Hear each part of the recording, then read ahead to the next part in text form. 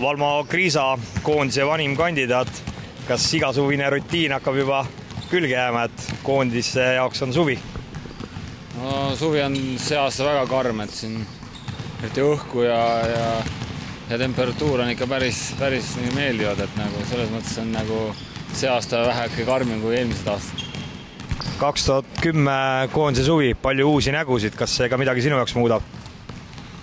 Ei, eriti ei muuda midagi, selles mõttes, et kõik teevad seda rutiini, mis peab treenerid nõuavad ja ega siis kui mängudeks läheb, siis näha ole, et nagu kes kuhu ja mida, aga praegult on selline ettevalmistav periood, et kõik on väga rutiinne.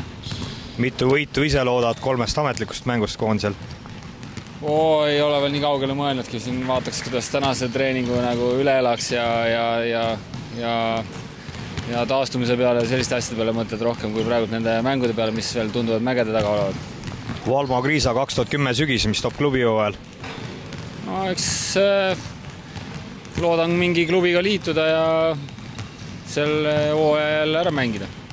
Nii et Valmo Kriisa jätkab veel vähemalt 5 aastat?